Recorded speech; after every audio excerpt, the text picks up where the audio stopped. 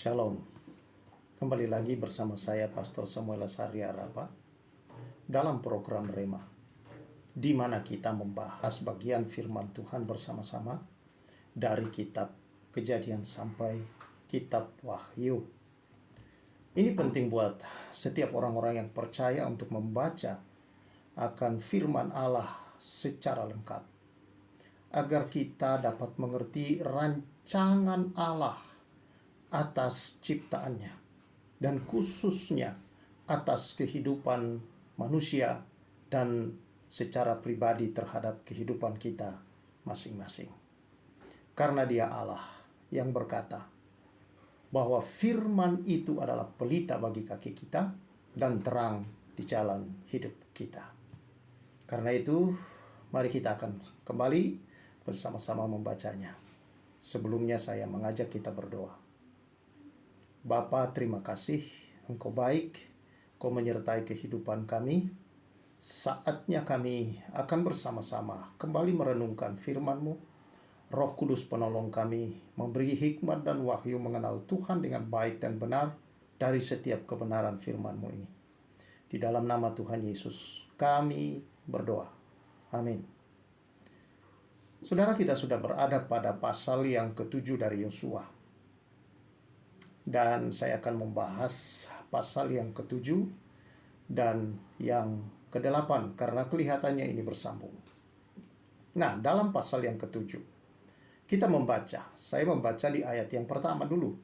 Tetapi orang Israel berubah setia dengan mengambil barang-barang yang dikhususkan itu, karena Akan bin Karmi bin Zabdi bin Zerah dari suku Yehuda mengambil sesuatu dari barang-barang yang dikhususkan itu.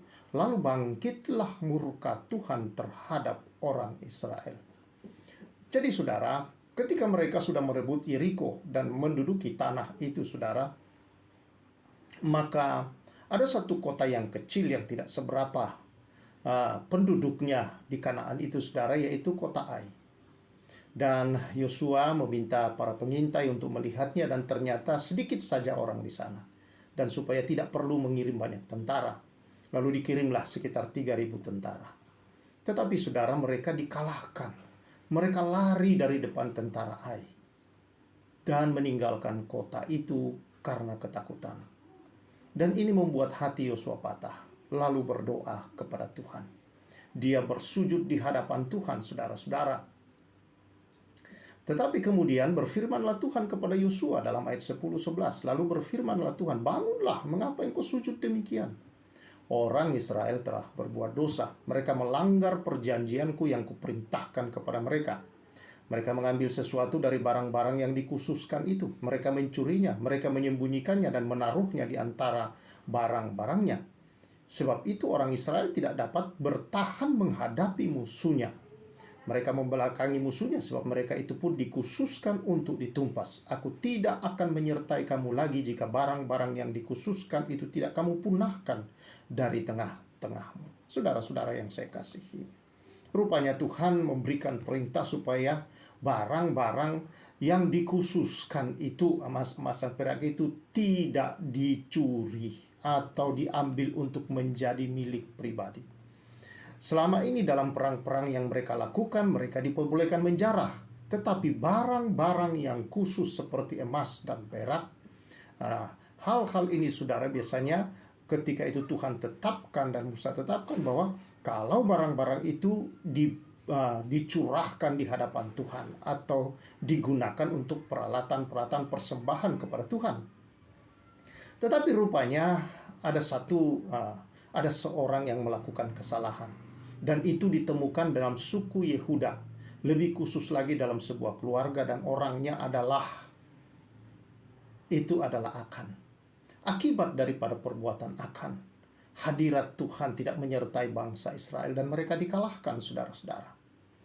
Kita melihat di sini, saudara, betapa kekuatan daripada dosa. Dan kita lihat dalam Alkitab bahwa dosa adalah pelanggaran terhadap hukum atau perintah Allah.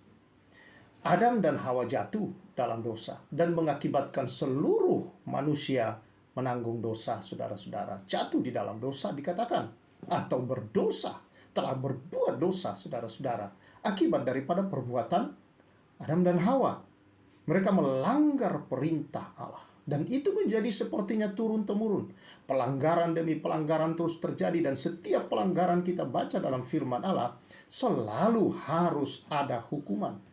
Pelanggaran harus mendapat sanksi, saudara-saudara. Dan sama demikian dengan apa yang dilakukan oleh Akan. Rupanya, saudara-saudara, di sini kita melihat ketika Akan melakukan akan kesalahan itu, saudara, maka Tuhan berkata di sini, umat Israel, ya, umat Israel telah melakukan kesalahan.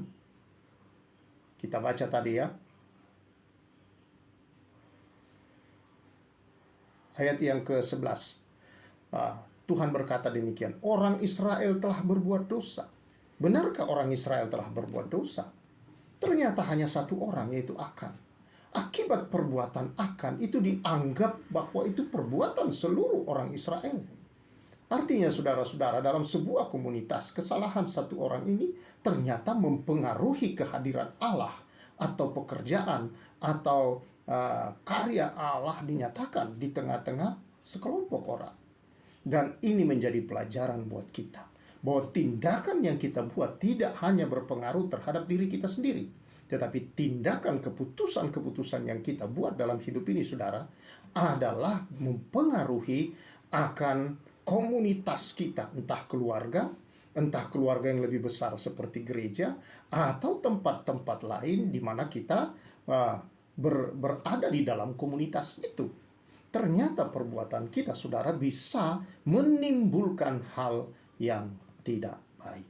Karena itu, saudara-saudara, mari kita belajar dari sini bahwa pelanggaran yang kita buat atau keputusan-keputusan yang kita ambil ketika kita berhadapan sesuatu akan mempengaruhi sekeliling kita, hidup kita, dan masa depan kita. Bahwa kemudian, saudara-saudara, dilenyapkan Akan ini dengan semua yang ada padanya dan keluarganya. Ternyata, saudara-saudara, bahwa itu mengakibatkan terjadinya kecelakaan atas seluruh kaumnya. Dan ini menjadi pelajaran buat kita, saudara-saudara. Nah, mari kita melihat lebih dalam akan firman Tuhan ini, saudara, bahwa apa yang Akan lakukan ini, saudara, dosa yang diperbuat oleh Akan karena dia melanggar itu, ternyata, saudara-saudara, merusak akan masa depan Akan. Dia kehilangan keluarga. Dia kehilangan harta benda dalam hidupnya. Dan dia kehilangan segala sesuatu. Dan yang lebih parah lagi, dia kehilangan nyawanya. Dan boleh kita katakan, saudara, di sini bahwa upah dosa itu adalah maut. Artinya, saudara, setiap dosa harus dihukum. Setiap dosa ada, saudara-saudara, konsekuensi yang akan dia tanggung. Dan ini memang berat bagi manusia, saudara-saudara. Kalau Alkitab berkata upah dosa adalah maut, berarti tidak ada hukuman lain yang harus ditimpakan kepada manusia yang berdosa selain dia harus menghadapi maut. Dia harus membayar, saudara. Tetapi kita bersyukur, saudara-saudara, bahwa kasih Tuhan besar, anugerah Tuhan besar. Baru-baru ini kita memperingati bersama-sama akan kematian dan kebangkitan Tuhan kita, Yesus Kristus. Di sini kita belajar dahsyatnya dosa, kekuatan dari dosa, merusak seluruh dunia, kehidupan seluruh manusia dan tatanan dunia menjadi rusak oleh karena dosa. Tetapi kita bersyukur, saudara-saudara, Allah kita, walaupun kita tahu dia Allah yang adil, dia harus menghukum dosa karena dia adil. Tetapi dia Allah yang kasih. Dan dia tidak menginginkan seorang pun menjadi binasa atau menerima upah dari dosa, yaitu maut. Itu sebabnya, saudara, dia menjanjikan untuk memberikan pengganti bagi kita. Dan Kristus Yesus adalah penggantinya. Dialah yang menanggung hukuman, dialah yang menanggung derita itu, saudara, membayar hutang dosa kita. Sehingga kita tidak perlu lagi untuk membayar hutang dosa itu. Tidak perlu lagi untuk saudara-saudara mengalami akan maut itu. Kita bersyukur. Dalam perjanjian lama, saudara, maka mereka harus menanggung hukuman atas dosa mereka. Dan kalau dibiarkan terus seperti ini, berarti akan manusia habis oleh karena pelanggarannya. Akan terus menghadapi kematian demi kematian hanya karena pelanggaran-pelanggaran. Karena siapa di antara manusia yang tidak melakukan pelanggaran-pelanggaran dalam hidupnya? Pelanggaran terhadap perintah-perintah atau hukum-hukum Allah. Tapi kita bersyukur Allah di dalam kasih-Nya tahu akan hal itu dan mengirimkan putranya. Dia datang ke dalam dunia, saudara. Allah di dalam Yesus Kristus. Kita bersyukur akan apa yang dilakukan. Tetapi bukan berarti, saudara-saudara, bahwa dengan diselesaikannya dosa, dengan diampuninya dosa, dengan saudara-saudara bahwa kita tidak akan dihukum lagi. Kata Roma 8 ayat 1, oleh karena Kristus telah membebaskan kita dari hukum dosa dan hukum maut. Bukan berarti bahwa ini adalah garansi untuk kita berbuat dosa seenak-enaknya. Galatia 5:13 berkata, supaya kamu tidak menggunakan kemerdekaanmu itu untuk hidup dalam dosa. Karena dosa, saudara, kita sudah lihat kekuatannya. Kita sudah lihat, saudara-saudara, akan kuasanya. Dia dapat membawa engkau menjadi orang yang tidak lagi percaya, tidak lagi menghormati, tidak lagi saudara-saudara menyembah dan memuliakan Allah. Tetapi manusia mungkin akan mengumpulkan barang-barang tumpasan, lalu kemudian menyembahnya sebagai Allah. Sehingga murka Allah akan turun atas kehidupannya. Karena itu, saudara, ketika kita sudah diselamatkan, ketika kita sudah mengalami pengampunan dosa, seharusnya kita hidup dalam kuasa pengampunan itu. Kita hidup di dalam anugerah kasih karunia itu, karena tidak ada usaha kita di dalam untuk menerima pengampunan. Tidak ada hal yang membuat kita layak untuk mendapatkan akan pengampunan Tuhan. Tidak ada hal yang membuat kita layak untuk berdamai kembali dengan Tuhan akibat dosa dan perbuatan dan pelanggaran kita. Tetapi karena kasih dan kemurahan Tuhan, kasih karunia Tuhan diberikan secara cuma-cuma gratis. Kita tidak membayar apapun. Tapi saudara, ketika kita menerima itu, hendaklah kita hidup dalam syukur oleh karena kita sudah dibebaskan dari dosa, diselamatkan, dan didamaikan dengan Allah di sorga. Apa yang kita lakukan setelah itu, saudara? Di dalam bagian pasal yang ke-8, Tuhan menyertai bangsa Israel. Setelah dosa diselesaikan, saudara, penyertaan Tuhan menjadi tetap dalam kehidupan ini. Kita melihat, saudara-saudara, bahwa kemudian Tuhan menyertai mereka dan menyerahkan kota Ai itu ke dalam tangan orang Israel. Mereka merebutnya, dan bukan hanya merebutnya, mendudukinya untuk selama-lamanya. Saudara yang saya kasihi dalam Tuhan Yesus, setelah itu, saudara, di dalam Yosua pasal yang ke-8, maka Yosua membangun, mendirikan mezbah di Gunung Ebal bagi Tuhan Allah Israel. Berdasarkan perintah Musa, mereka mendirikan mezbah. Dan inilah yang terjadi. Penyembahan itu menjadi murni ketika tidak ada barang-barang tumpasan. Barang-barang tumpasan di masa kini, saudara, banyak kadang-kadang ditemukan dalam pelayanan. Banyak orang-orang percaya kepada Yesus yang mengikut Kristus, tetapi punya barang-barang tumpasan seperti itu. Banyak barang-barang yang dianggap punya kekuatan melindungi di luar Yesus. Dan inilah, saudara, berhala-berhala itu, yang adalah barang-barang yang harusnya ditumpas, dimusnahkan, saudara, yang tidak boleh disembah dan dipercayai sebagai kekuatan di luar Tuhan, saudara, yang bisa menolong dalam kehidupan ini.